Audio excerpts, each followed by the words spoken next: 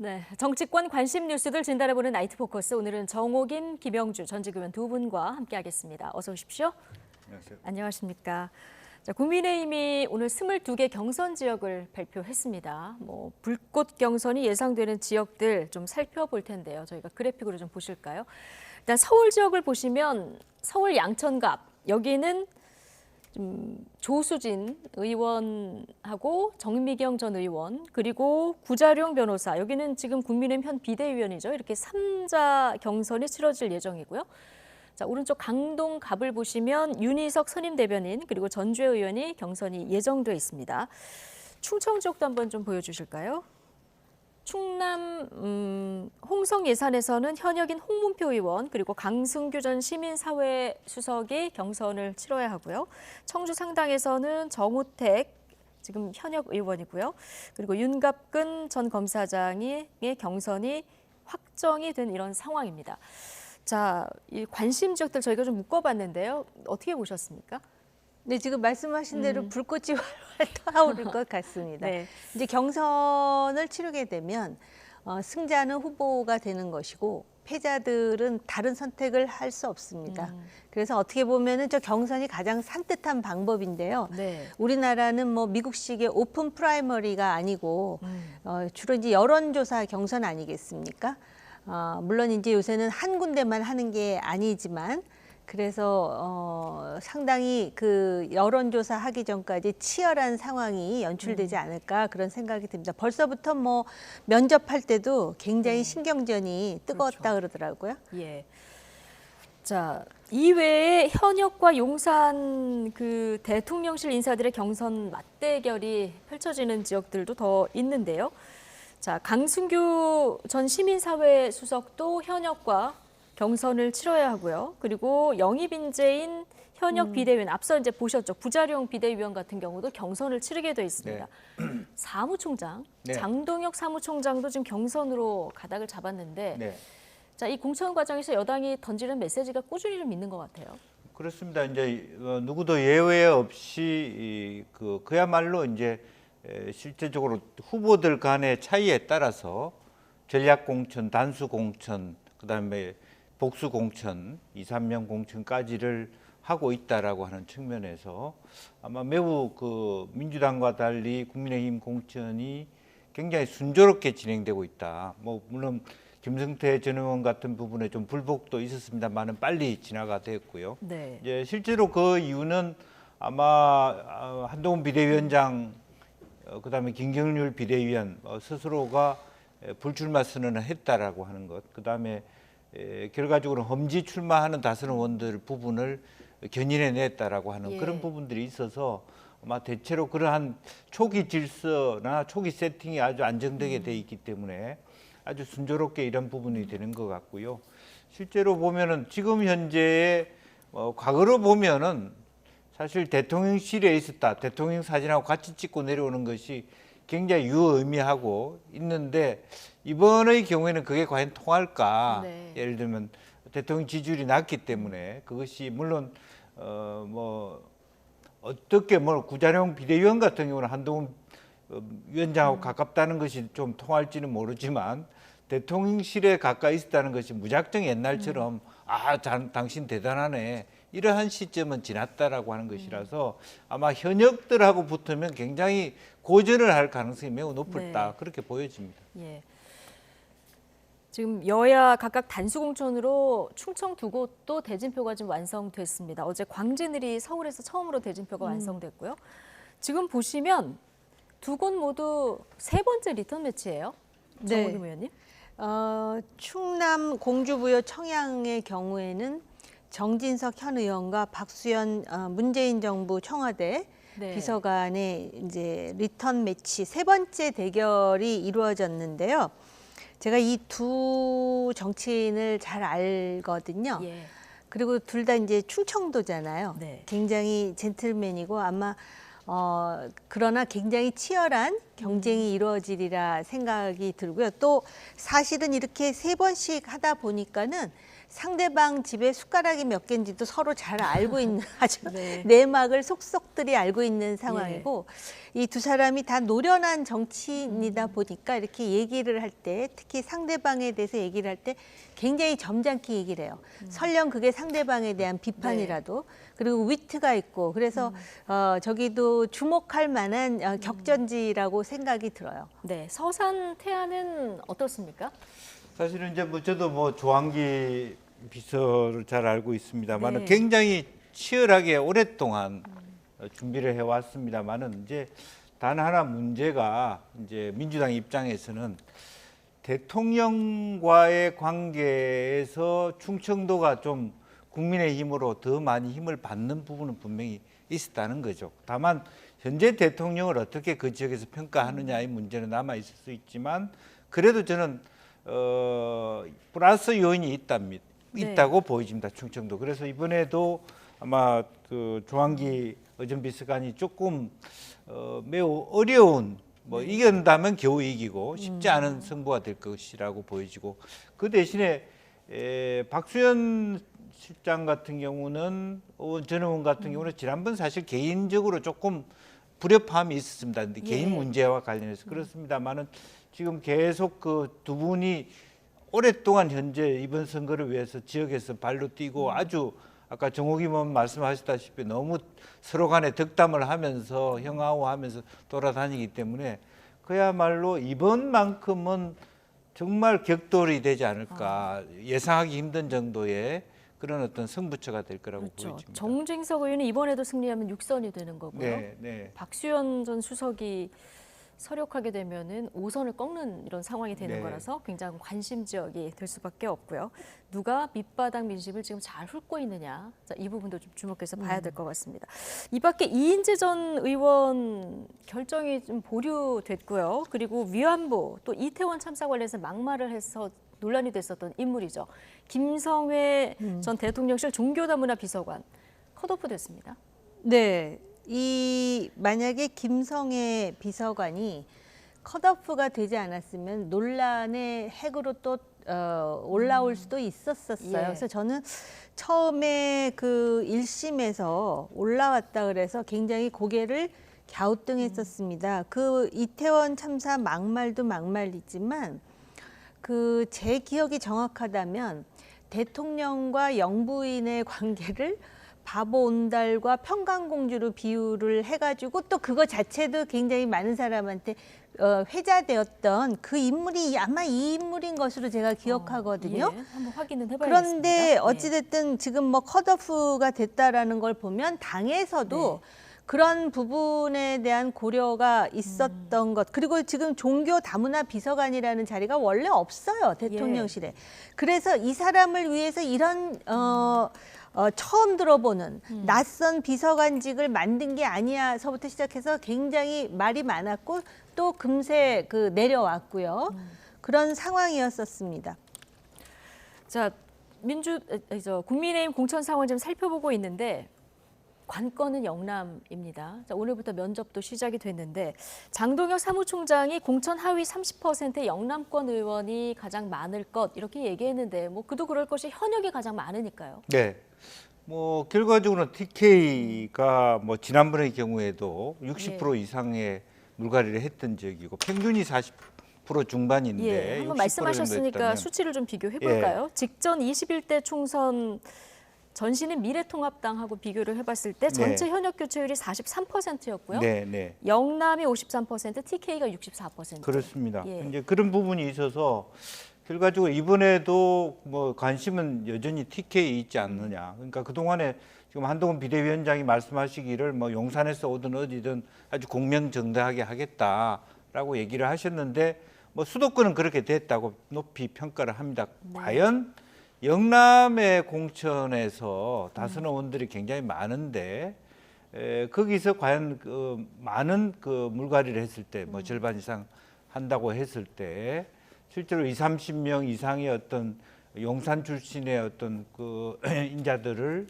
또 영입 인사들을 배치하지 말라는 법이 없기 때문에 이제 그런 부분에 있어서 상당히 관심이 기추가 주목되고 또 하나는 뭐 조희진 의원 같은 경우는 뭐 당에 불러서 험지에 왔습니다만은 그야말로 낙동강 벨트에서도 현역으로 그러니까 이번에 뛰어왔던 후보자들의 반발이 없잖아 있거든요. 이제 그렇기 때문에 그것이 특히 TK 지역에서 김기현 또 전 원내 당 대표께서 울산 말하자면 북구로 안 가겠다라고 버티는 상황에서 그것이 어떻게 작용할 것이냐도 좀 눈여겨봐야 될 지점이 아닌가 그렇게 보여집니다.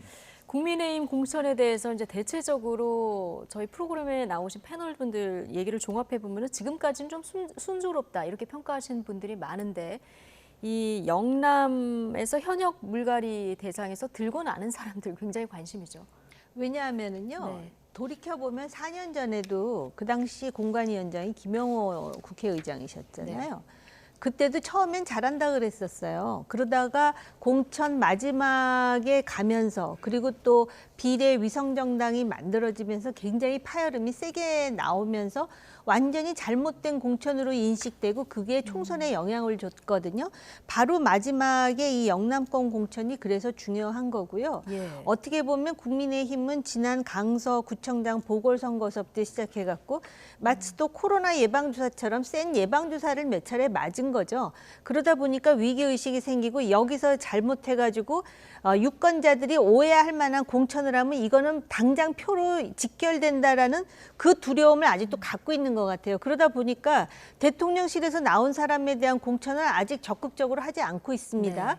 그리고 영남에서도 벌써 이미 언론에서 다 주시하고 있잖아요. 해운대 어디 아무개 또 뭐 강남을 아무개 해가면서 하고 있기 때문에 그 사람들이 만약에 그 정말 황금 텃밭과 같은 데서 공천을 받는다면 반드시 얘기가 나올 거예요. 그러니까는 상대적으로 험지라고 하는 데에 장관 출신이라든지 내지는 뭐 대통령실에서 누군가가 단수 공천을 받아도 그걸 가지고는 시비를 걸지 않아요. 예. 그렇기 때문에 이제 다음 주가 굉장히 중요한 한 주가 되겠죠. 그런데 또 국민의힘으로서는 참 이재명 대표가 고마운 부분이에요.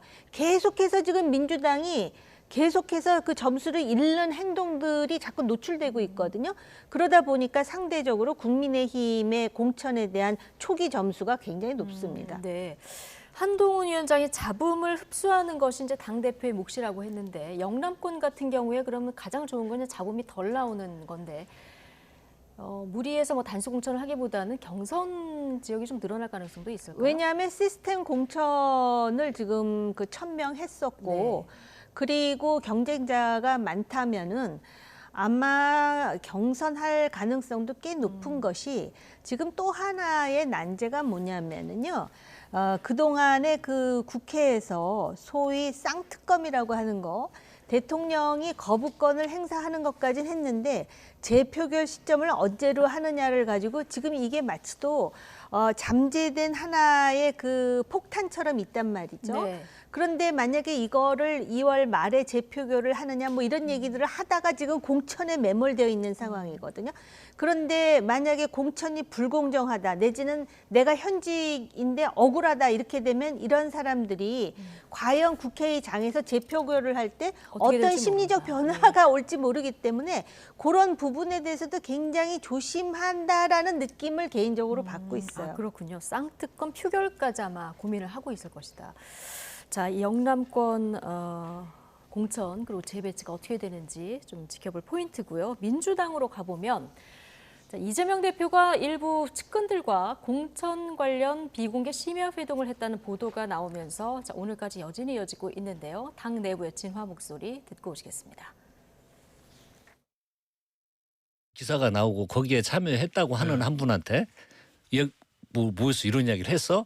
그러더니 막 웃는 겁니다. 그때 그 사람들이 모일 수도 없었고 아예 그날 저녁에 모임이 없었다? 제가 참석한 사람한테 들었을 때는 네. 그런 컷오프 성격을 위한 그런 모임이 없었다고 들었습니다. 실체가 없는 보도이고 당대표가 혼자서 독방에서 뭐 정말 호롤단신 기도하면서 공천할 수 있는 건 아니지 않습니까? 여러 가지 참모들과 또 여러 가지 이 주변인들과 당연히 상의를 해야 하는 게 또 뭐 여러 가지 정보를 보고받는 게 뭐 저는 당연하다 보고요. 네. 자, 실체가 없는 보도다. 당에서 이런 그 수습의 발언들이 나옵니다만은 일단 당의 공식 입장은 안 나오고 있는 상황인데요. 자, 보도 내용은 심야회의에서 재판 중인 노웅래 그리고 기동민, 비례 이수진 이 의원의 컷오프를 논의했다.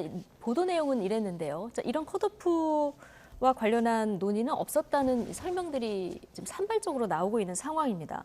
근데 당장 당사자인 노웅래 의원도 좀 비판을 강하게 한 상황이고요. 일각에서는 자꾸 잡음이 나오다 보니까 이게 사천 의혹이 또 좀 불거지는 이런 상황이에요. 그렇습니다. 지금 뭐 장경태 의원은 뭐 변명이랍시고 그야말로 하는데 인정하는 거와 거의 비슷한 얘기를 했어요. 네. 뭐 혼자 살 수는 없는 거 독방에서 아니냐. 혈혈단신 기도하면서 근데 공천할 수 있는 건 아니지 않냐. 그렇다고 해서 당 대표가 공천하는 것도 그 말 자체도 말이 안 되는 겁니다.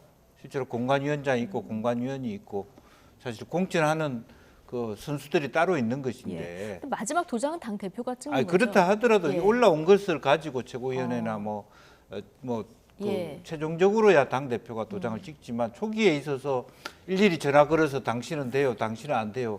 그게 당 대표가 할 일이면 공천관리위원을 왜 뽑았습니까? 예. 이제 그런 부분부터 벌써 초기부터 문학진 의원에 관련된 부분이 한민수 대변인하고 안규백 전략공천위원장하고의 말이 안 맞아가지고 나중에 저 고발되면 어떤 데이터 가지고 했느냐 가지고 굉장히 당이 내용을 겪게 돼 있어요. 안규백 전략공천위원장 우리 그런 데이터를 전화를 돌린 적이거나 조사를 한 적이 없다라고 얘기하고 한민수 대변인은 공식적인 당의 데이터다 예. 그렇게 얘기를 했고요.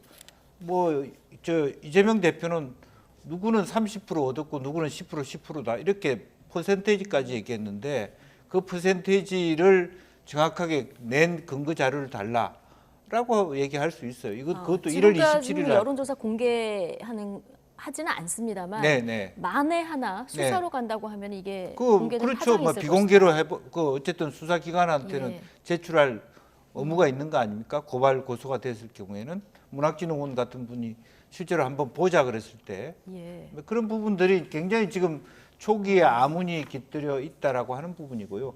소위 말하는 818호 사천 논란이 이제 당 대표실에서 밤에 의원회관에서 있다는 네. 얘기인데 실제로 그 참석자의 구성도 논란입니다. 물론 지금 아직까지 확인돼 있는 것이 아니기 예, 때문에 말이 몇 더 프로 달라서요. 예. 이제 예를 들어 정성 의원이 있다 그러면 무슨 자격으로 그게 있냐 그런 논란이 있을 수 있는 예. 거죠. 뭐 없었다는 예.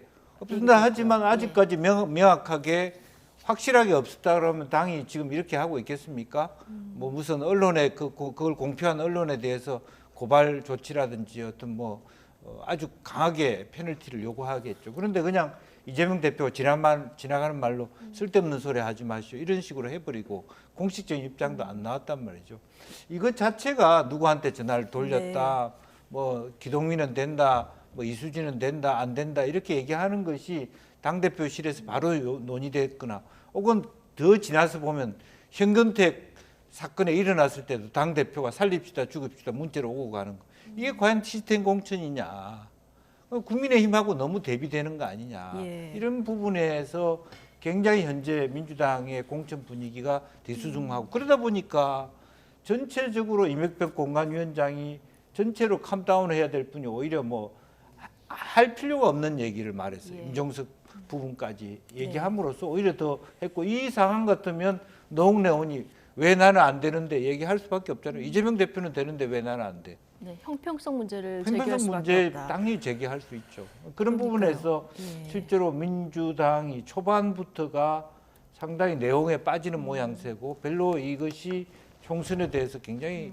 부정적인 시그널이다 그렇게 보이죠. 네, 당 대표의 사법 리스크가 있기 때문에 이런 그 어떻게 보면 예견된 잡음이라는 이런 취지의 말씀을 해주셨는데 이재명 대표가 돈봉투 의혹 의원들에게도 직접 통화해서 여러 가지 좀 질문을 했다 이렇게 전해지고 있는 상황입니다.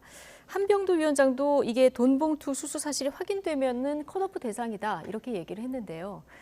뭐 이것도 공천 변수로 작용할까요? 아니 근데 여태까지 뭐 하다가 이제서야 전화해가지고 받았었느냐 누가 받는 걸 본 적이 있느냐 이렇게 전화를 했다라는 거 아닙니까? 그러면은 받았다고 말할 사람이 몇이나 되겠습니까? 그런데다가 지금 말씀하셨듯이 대표의 사법 리스크가 크다 보니까 그 기준에 맞추면은 전부 공천을 줘야 될 판이에요 지금. 그러다 보니까 민주당이 여러 가지로 딜레마에 빠질 수밖에 없는 것이고요.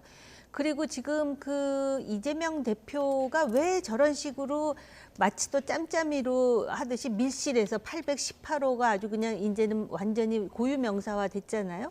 왜 저렇게 자기 측근들만 앉혀놓고 의사결정을 하느냐에 대해서 생각을 해보니까 국민의힘 같은 경우는요.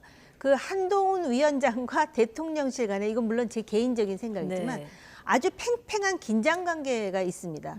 그렇기 때문에 어느 한쪽에서 남용을 하기가 쉽지 않아요. 그러다 보니까는 뭐 그 자연스럽게 시스템 공천의 외양을 갖추지 않을 수가 없어요. 왜냐하면은 누구든 독선을 부리게 되면 상대방에서 강한 잽을 날릴 수밖에 없는 그런 관계가 지금 형성이 돼 있는데 민주당은 완전히 이재명 독주 체제예요. 그러다 보니까 그 주위에 사람이 몰리고 공천을 받아야 되니까 그러다 보니까는 이제는 자기 사람을 챙기다 보니까는 친문도 안 되고 친명도 안 되고 친명도 부족하고 찐명이래야 된다라는 그 틀 속에서 지금 움직이는 게 아닌가라는 의혹을 사기에 충분한 그런 행동들이 나오잖아요. 그래서 전화해가지고 당신 나가지 마시오. 또 당신 돈 받았어. 이거를 일일이 대표가 전화해갖고 확인한다라는 게 이게 무슨 구멍가게도 아니고 시스템이 얼마나 많아요. 공천관리위원회, 또 무슨 전략공천관리위원회, 또 검증위원회도 있고 수많은 그런 그 시스템이 있음에도 불구하고 그리고 시스템 공천을 그렇게 자랑하듯이 얘기하고 다녔는데 지금 저런 한계를 드러내니까 솔직히 저는 개인적으로 국민의힘도 완전히 완벽한 시스템 공천이라고 생각하지 예. 않아요. 근데 상대적으로 볼 때 점수를 못 받을 수밖에 없는 것이죠. 예. 근데 민주당 뭐 여러 가지 사법 리스크 가운데 돈 봉투 의혹 걸려 있는 의원들이 좀 있어서 굉장히 곤혹스러운 상황인데 오늘 민주당이 역공을 하는 일이 하나 있었습니다. 국민의힘 정우택 의원 앞서 이제 청주 상당에서 당내 경선을 치른다 이렇게 전해드렸는데요. 자신의 지역구 상점 주인에게 돈 봉투를 받는 CCTV가 공개돼서 논란입니다. 이재명 대표가 직접 역공에 나섰는데요. 한동훈 위원장 입장까지 함께 듣고 오시죠. 몰카 있는 CCTV 있는데 업자가 끌고 가가지고 카메라로 찍으면서 돈 줬다고 주장할 겁니까? 정치 공작입니까? 박절하게 거절하지 못해서 받았다가 나중에 돌려줬습니까? 후한무치 적반하장이 국힘의 종특입니까? 정우택 의원이나 김성재 의원님 지금 의혹들이 좀 제기가 되고 있는다고 하는데 이 부분에 대해서는 중요한 건 사실관계입니다. 사실관계를 정확하게 파악한 이후에 거기 합당한 그런 결론을 내야 하는 것이죠. 그런데 만약에 진짜로 무슨 뭐 진짜 불법장을 받았다. 민주당과 달리 우리 당은 그런 것 용납하지 않을 겁니다. 저는 그렇게 용납하지 않을 건데 그렇지만 중요한 것은 그렇다고 해서 억울한 사람이 생기면 안 되는 거거든요. 예. 자, 여야 대표의 발언 듣고 오셨는데 일단 정 부의장은 정 의원은 돈 봉투를 바로 돌려줬다 이렇게 해명하면서 이재명 대표를 허위사실 명예훼손으로 법적 조치하겠다까지 입장을 밝힌 상황인데요. 자, 한동훈 위원장 사실관계 파악해보겠다고 하지 않습니까? 네. 민주당이 바로 지금 역공에 들어간 상황인데 이 상황은 좀 어떻게 추측하고 계십니까? 글쎄 어쨌든 뭐 이런 상황이면 다 돌려주지 안 돌려주겠습니까? 계속 내가 갖고 있다 그렇게 네. 얘기할 사람이 있겠습니까? 그런데 어쨌든 바로 돌려줬다는 거거든요. 예. 나와서? 나와서 바로 돌려주 왜 거기서 안 돌려주고 나와서 CCTV 없는 자리에서 돌려주십니까? 참 이제 선거 때가 되면 네. 저런 억울한 경우가 생길 수가 있습니다.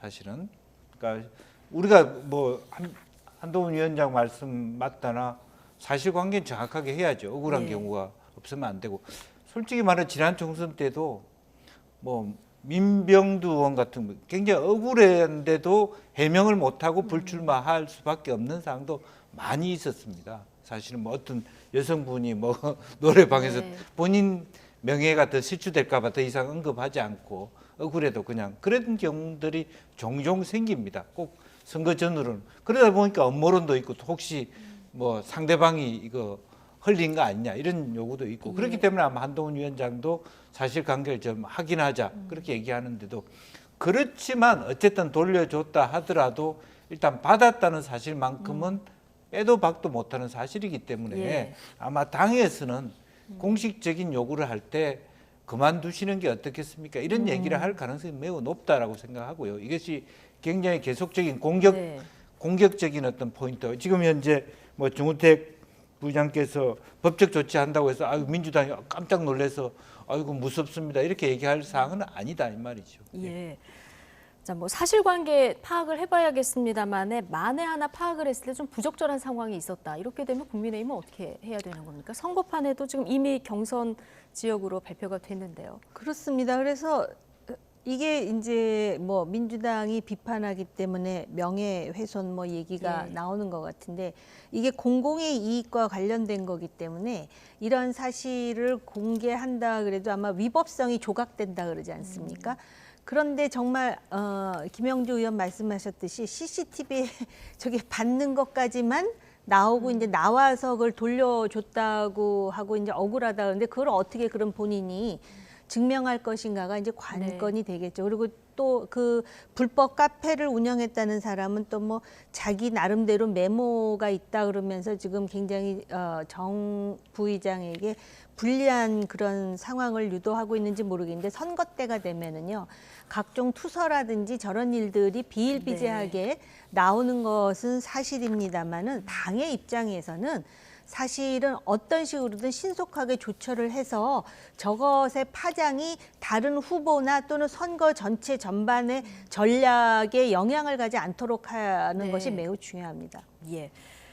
뭐 사실관계를 파악해 본다고 했으니까요. 이 상황 먼저 좀 봐야 될 것 같고요. 오늘 이분 얘기도 좀 해봐야 될 것 같은데 국민의힘을 탈당한 이현주 전 의원 오늘 이재명 대표의 권유에 따라서 7년 만에 민주당으로 복당하겠다고 선언했습니다. 이현주 의원의 기자회견 내용 그리고 이재명 대표의 발언 함께 듣고 오시겠습니다. 이제 저는 제 정치적 뿌리인 민주당으로 다시 돌아가 초심으로 시작하겠습니다. 방황하다 돌아온 지금 이제 용기를 내어 말할 수 있습니다. 제 생각이 짧았습니다. 환영합니다. 고맙습니다. 네. 고향에 돌아오신 걸 환영합니다. 아, 예, 감사합니다. 네. 저도 열심히 하고 이번에 그 윤석열 네. 정권 심판에 힘을 보태겠습니다. 네. 당내에서 특히 이제 과거에 그 친문으로 분류되는 분들이 이제 반발을 하시는 경우가 많고 지나간 상황에 대한 또 저에 대한 비판은 저 달게 받겠다. 그리고 제가 잘못한 게 있으면 그것은 저도 반성하겠다. 네. 자, 돌고 돌아서 이현주 의원이 민주당으로 다시 돌아왔습니다. 민주당 탈당할 때 뭐 친문 패권주의 굉장히 강하게 비판을 했었는데요. 오늘 내 생각이 짧았다 이러면서 이제 복당을 했는데 자, 이 복당 이슈가 나올 때부터 친문계에서 반발이 굉장히 거세지 않았습니까? 친문계뿐만 아니라 친명계 일부도 이거 적절하지 못하다. 어떤 사람이 저런 정도의 행태를 보이면서 다시 복당하기가 쉽지 않습니다. 실제로 복당이 굉장히 총선을 앞두고 하는데 굉장히 어려운 과정인데 심지어 이재명 대표가 권유까지 했다라고 하는 것은 사실은 저는 상식적으로 사실 납득이 가지는 않는데 어쨌든 뭐 결과적으로 이재명 대표는 왜 권유했다고 보십니까? 그러니까 사실은 뭐 그렇게 보면요. 예. 친문을 밀어내는데 공격수로 활용하기 위해서 복당시켰다고 얘기할 수밖에 없어요. 현재 그동안에 쭉 해왔던 방식의 어떤 연주 의원의 행태를 보면 예. 그리고 사실은 더 나아가서 저분이 그러면 들어와서 반성하는 차원에서 백의종군하겠다. 그럼 내 이해를 할 수 있는데 예컨대 중성동을 같은데 전략공천으로 내려온다. 그러면 임종석 공격하기 위해서 임종석을 밀어내면서 그 자리에서 전략공천으로 와서 국회의원 배치한다. 예. 이재명 대표가 그런 어떤 뭐랄까 본인이 공격하고 싶은 것을 대리로 시키기 위해서 예. 인바이트 했다. 그렇게밖에 얘기할 수 없는 것 같고 그런 비판에 대해서도 이재명 대표도 이제는 민낯을 드러내겠다라는 얘기로밖에는 저는 들리지 않습니다. 예. 그래서 그야말로 우리 정치 문화의 관철한 부분이 바람직하고 좋은 것인가. 훌륭한 사람들도 많은데 계속 자기 당에 있었다 자기 당 욕하다가 나가고 또 다른 당에 가서 자기 소속된 다른 자기 당 욕하다가 또 돌아와서 반성합니다 하는 부분들이 예. 저분이 얼마나 오랫동안 민주당에 대해서 좋은 얘기를 할까라고 하는 부분에 대해서는 아직까지 의심을 놓지 못할 것 같다는 생각이 듭니다. 근데 이현주 의원님 민주당에 돌아왔으니까 총선을 앞두고 돌아온 거 아니겠습니까? 그러면 지역구 어디에 출마할까 이 부분도 상당히 관심인데요. 지금 말씀하셨듯이 임종석 전 실장이 지금 뛰고 있는 중성동갑 여기에 전략공천 얘기가 슬슬 좀 나왔었거든요. 근데 오늘 이현주 의원은 나 이 지역에 관심 없다 이렇게 선을 긋고 당에서 결정할 것이다 얘기를 했는데요. 이게 임종석 실장 공천 문제하고 맞물려서 민주당 또 다른 뇌관이 될 수도 있을 것 같아요.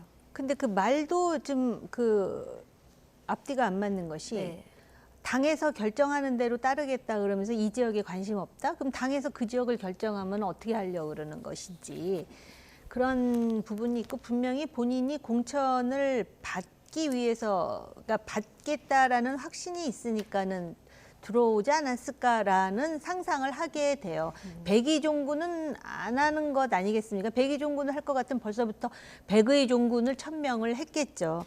그리고 이제 이재명 대표는 아마 이현주 전 의원을 윤석열 정권에 대한 저격수뿐만이 아니라 친문의 저격수로 쓰려고 하는 게 아니냐라는 것이 친문 사이에서 지금 공유되고 있는 의심이거든요. 네. 근데 그것이 과연 지금 민주당의 총선 승리에 얼마만큼 도움이 될지 저는 그게 가늠이 잘 안 돼요. 그래서 제가 볼 때 자칫하면은 진짜 이현주 전 의원 그리고 임종석 실장이라는 그 두 가지 변수 때문에 이재명 대표가 상당히 어려운 지경에 스스로를 몰아넣을 수도 있지 않나 이런 생각까지 드는 그런 예. 형국을 지금 자초하고 있다고 보여집니다.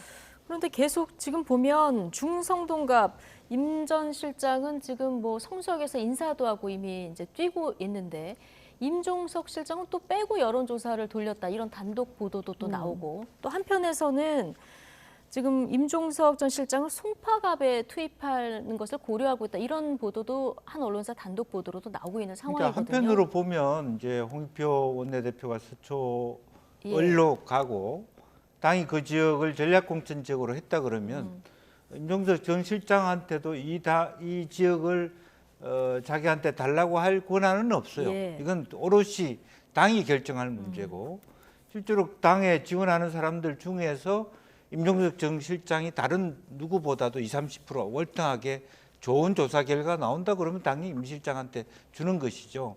그러나 지금 미리 와서 뛰고 있다고 해서 이것은 또 혹은 예. 옛날에 내가 이 지역에 있었다고 해서 그것이 무슨 뭐 어떤 술집에 술 맡겨놨다 나중에 찾아가듯이 그렇게 할 수 있는 건 아니잖아요. 이제 그런 면에서 냉정하게 보면 임 실장한테도 모든 권한이 있다고 볼 수는 없습니다. 예. 아니 근데 네. 전략 공천 지역이니까 당에서 결정하는 것이다라고 얘기를 일관성 있게 하면 좋은데 윤석열 정권 탄생에 어쨌든 이익을 담당한 사람은 내려놓는 것이 원칙이다라는 말을 여러 통로를 통해 갖고 압박하듯이 얘기하지 않았습니까? 애초에 그러면 전략 공천 지역이니 딴 데 알아봐라 이렇게 간명하게 얘기하면 되는 건데요. 그런데다가 그 본인은 또 어떻게 주장하냐면 자기가 그래서 다른 지역으로 험지로 가라면 가겠다고 의사소통을 하기 위해서 계속 시도를 했으나 자기의 그 연락을 받지 않았다 이렇게 주장을 해서 더 이상은 이제 선택지가 이 중성도 갑밖에는 없다 이렇게 지금 상황이 나오거든요. 근데 이런 갈등 국면을 자꾸 연출하는 것이 민주당에게는 별로 좋지 않죠. 근데 이재명 지금 리더십으로는 지금 임종석 실장을 그 지역에 공천하고 싶지 않은 것 같아요. 그렇습니다. 그러니까 그것은 이제 한 번도 임혁백 공관위원장이 임종석이라는 이름을 올리지는 않았죠. 그럼에도 불구하고 우리가 충분히 그 사람이 누군가를 느낄 수 있게 했고 임혁백 공관위원장이 오히려 그런 분란을 일으켰고 그게 이제 추미애 장관이 불을 이렇게 태워서 굉장히 그 폭발력을 갖게 그렇게 만들어 버렸는데 어쨌든 이 과정들을 어떻게 처리하느냐를 많은 사람이 지켜볼 수밖에 없는 처지에 놓이게 됐다 그렇게 보여지고요. 예. 그러다 보니까 조상우 변호사가 가느냐, 뭐 주로 이제 한양대 출신들이 거론되는데 네. 추미애 전 장관 또한 한양대 출신이다 보니까 그게 거론되고 있지 않느냐 그렇게 보여지고 네. 또 막연하게 우리가 임종석 실장을 쳐내는 거 아니다 이런 식의 논의를 하기 위해서 동파든 다른 지역도 논의하고 있다 이렇게 얘기하고 있는 거 아닌가 그렇게 보여집니다. 예.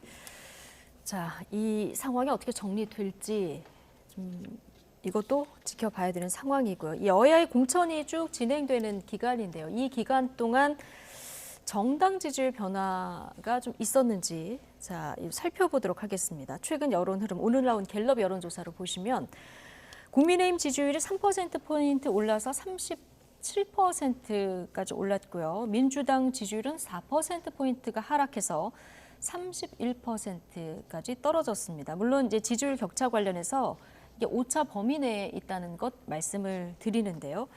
2주 전하고 비교했을 때 이제 크로스가 된 결과치거든요. 여론 흐름은 어떻게 읽고 계십니까? 그러니까 1주 전만 하더라도 민주당이 1% 물론 오차 범위 내긴 네. 하지만 높은 것처럼 나왔었고 네, 또 2주 전이요. 설 연휴가 껴있었기 그 때문에. 사이에 또 네. 뭐가 있었냐면요.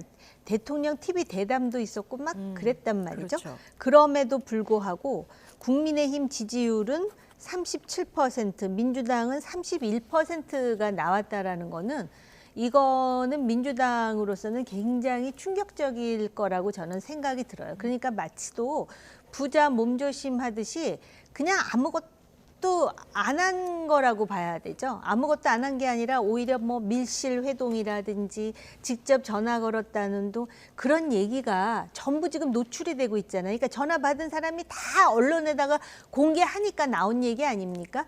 그러다 보니까는 이재명 리더십에 대한 그런 이제 그 뭐라 그럴까요? 우려 같은 것도 제기되고 또 이제 국민의힘은 뭔가 그동안 그렇게 뭐 썩 잘한 게 없을지는 모르지만은 뭔가 잘해보려고 막 그 뭐라 그럴까 거의 발버둥 수준으로 막 노력한다라는 인식을 하는 것 같아요. 네. 유권자들이. 그리고 그 어쨌든 간에 한동훈 위원장 카드가 누구 표현대로 국민의힘의 어쨌든 외연을 그 상당히 변화시키는데 뭐 내부 내용이 어떻게 바뀌었는지는 예. 모르겠지만 적어도 겉포장지가 상당히 산뜻해졌다라는 인식을 갖기엔 충분한 것 같습니다.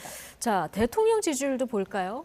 지난번 조사 때 20%대까지 떨어져서 좀 빨간불이 들어왔었는데요. 4%포인트 2주 만에 지금 오른 상황입니다. 어떤 이슈 영향이 가장 컸다고 보십니까? 어쨌든 뭐 보수층에서는 KBS 대담 자체를 뭐 어렵사리 대통령께서 그것을 인정하고 넘어갔다라고 네. 하는 부분으로 스스로 이제 자위하면서 이렇게 결집에 도움을 댔다는 거고요. 또 실제적으로 보면 1월 초만 하더라도 한동훈 비대위원장이 개인적인 인기는 높으나 당의 지지율을 견인하지 못한다라는 비판이 넘었는데 설을 넘어오면서 그렇지 않다.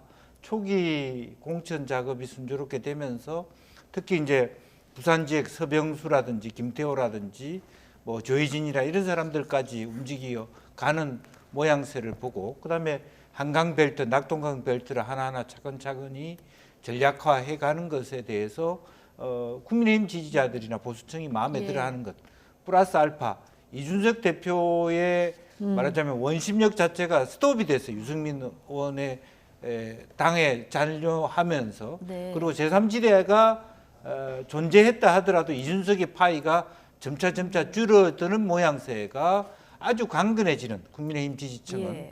콘크리트화되는 그런 것이 제대로 저표에 나타나고 있습니다. 반면에 민주당은 공천 자체 초반부터 잡음이 일어나고 뭐 평산마을에서 문재인 대통령이 만났습니다마는 서로 간의 갈등들이 친노, 친문 간의 친명, 친문 간의 갈등들이 네. 봉합되지 못하는 모습에다가 서서히 아마도 실제로 보면 이제 윤영찬 또 혹은 임종석, 기동민, 전해철 이분들의 공통점이 뭔지 압니까? 고향이 다 호남이에요. 만약 이분들을 다 손들기 시작하면 호남이 흔들립니다. 그러면 저 개혁신당은 결국 이낙연이 주도하는 신당으로 되면서 민주당의 누수 현상이 생길 수밖에 없다. 네. 그런 의미에서 이게 이 트렌드가 매우 민주당의 현재 지금 트렌드는 일시적인 현상이보다는 훨씬 더 급격하게 어려움에 처할 수 있는 굉장히 빨간불이 급하게 들어와 있다 그렇게 봐야 될 것 같습니다. 근데 뭐 50여일 남았으니까요. 앞으로 공천, 킬러 문제들 풀 때 어떤 정당이 잘 하느냐에 따라서 또 정당 지지율은 출렁일 수 있을 것 같고요. 대통령 지지율에서 보면은 자, 이거하고 연관이 있을 것 같은데 의대 정원 확대에 지금 정부가 강하게 밀어붙이는 이런 상황인데요. 이걸 긍정적인 점이 더 많다고 보는 분들이 76%고요. 그리고 부정적인 점이 더 많다고 보시는 분이 16%밖에 안 돼요. 자, 이것도 대통령 지지율하고 좀 연관이 있을까요? 아마 뭐 일정 정도 영향은 미쳤지만 이게 아주 강력하게 영향을 미쳤다라고는 제가 생각이 안 드는 것이 네. 29%였다가 이것이 30%대로 회복하는 거는요. 그 보수 지지층에서 윤 정부에 대해서 지금 하는 것에 대해서 만족하든 만족해야 하지 않든 그 과거의 탄핵의 트라우마 그리고 그 과도한 어떤 민주당의 공격에 대해서 굉장히 이렇게 그 대통령과 보수를 어떤 지켜야 된다는 그 응집력이 생기는 그런 부분이 있어요. 그러니까 그때 트라우마 때문에 이렇게 해갖고 또 넘어가면 그 막상 또 정권을 문재인 정권이 가져가가지고 잘한 일이 별로 없잖아요. 소주성을 포함해서. 그렇기 때문에 그 보수가 대통령의 지지도가 30% 아래로 떨어지면은 오히려 결집하면서 그렇다고 40%로 올라가진 않고 항상 30%대에 딱 뭉쳐있는 그거는 여간에서 이렇게 깨지기 쉽지 않은 그런 지지율이 아닐까 이런 생각이 들어요. 예, 자, 대통령 얘기가 나왔으니까 오늘 대전 카이스트 학위 수여식에 참석해서 축사를 했는데요. 여기서 한 졸업생이 R&D 예산을 복원시켜달라 이렇게 소리를 치다가 강제 퇴장당하는 일이 있었어요. 지금 과잉 경호 논란이 재점화되는 상황인데 또 나중에 알려진 것으로 보면은 고성 지른 사람, 졸업생 자격으로 참석한 녹색정의당 대변인 이렇게 알려져 있는데요. 자, 이 상황은 좀 어떻게 바라보고 계십니까? 사실은 지난번에 전주 행사 때 한번 그런 예방주사를 맞았죠. 네, 강성희 진보당 의원. 뭐 강성희 의원이 잘한 건 아니지만 어쨌든 네. 과잉했다는 논란이 있었고 그때 우리가 뭐 소위 오바마 대통령이라든지 외국 대통령들이 저런 일이 있을 때 어떻게 그런 문제를 슬기롭게 넘기는가 하는 것을 많이 우리가 봤습니다. 뉴스를 통해서. 근데 이번에는 가까이 근접해서 일어난 일도 아니고 실제로 졸업생들은 졸업식의 꽃 아닙니까? 대통령이 꽃이 아니잖아요. 그리고 실제적으로 뭐 R&D 예산 줄인 거 사실이잖아요. 그러면 네. 그런 부분에 대해서 대통령께서 정말 내가 좀 생각이 짧아서 그랬는데 앞으로 더 잘할게 이렇게 한번 웃어주면서 예. 경호하는 사람들한테도 말겨야죠. 그걸 저 멀리 있는 분을 저렇게 해놓고 난 다음에 그 사람이 무슨 정당의 대표라 그 사람이 정당의 대표든 뭐든 간에 네. 졸업식장에 자격이 없는 사람이 들어온 건 아니잖아요. 난입은 졸업생 아니잖아요. 자격이었죠. 예. 저는 대통령 지지율이 왜 올렸다고 생각하냐면요. 한동훈 비대위원장이 언론을 장악해서 대통령이 여사가 나올 일이 없었기 때문에 지지율이 올렸다고 생각해요. 대통령이 지금 이 행사에 나타남으로써 지지율이 또 떨어지게 생겼어요. 만약 독일, 덴마크 가서 대통령 행사 일정 나오면 국민들이 또 보기 싫다고 지지율 또 떨어질 것 같아요. 예. 조금 유연하게 대처하는 게 어떻겠을까? 자, 이런 의견을 주셨는데 정호김 의원. 저 전적으로 동감해요. 오바마의 그 두 가지 장면이 떠오르는데요. 하나는 비슷한 상황이었어요. 모 대학에 가서 강연을 그렇죠. 하는데 저 멀리서 학생이 그 이민 정책과 관련해서 막 소리를 지르면서 예. 이의를 제기하니까는 그 오바마의 경호원들이 정말 입을 틀어막고 막 내보내려고 하는 찰나에 오바마가 멈추라. 저 학생이 지금 제기하는 문제에 대해서 내가 얘기하려고 하니까 얼마나 멋있어요. 그러니까는 지금 첫 번째의 문제를 일으킨 진보당 의원도 그렇고 이번에 학생들 녹색 정의당이라고 하는데 사실은 이 사람들이 거기서 문제를 일으키면서 예를 들어서 뭐 북한을 옹호했다든지 체제를 뭐 문제 삼아서 전복해야 된다고 말한 게 아니잖아요.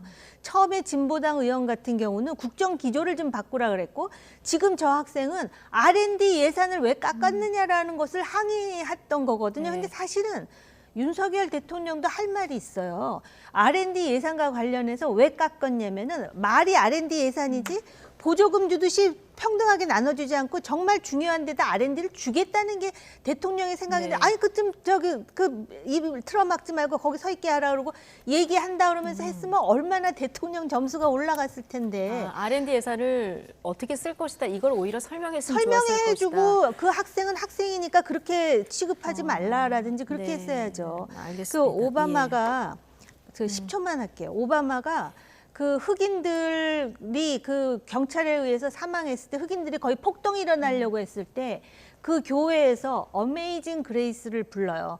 저는 그 미국 대통령이 그 노래를 부르는데 제가 눈물이 나오더라고요. 대통령은 정책도 중요하지만 감동을 네. 줘야 돼요. 감동을. 알겠습니다. 10초가 지나서 죄송합니다. 나이트 포커스는 오늘 여기서 마치도록 하겠습니다. 정욱인, 김영주, 전직원 두 분과 함께했습니다. 고맙습니다. 예.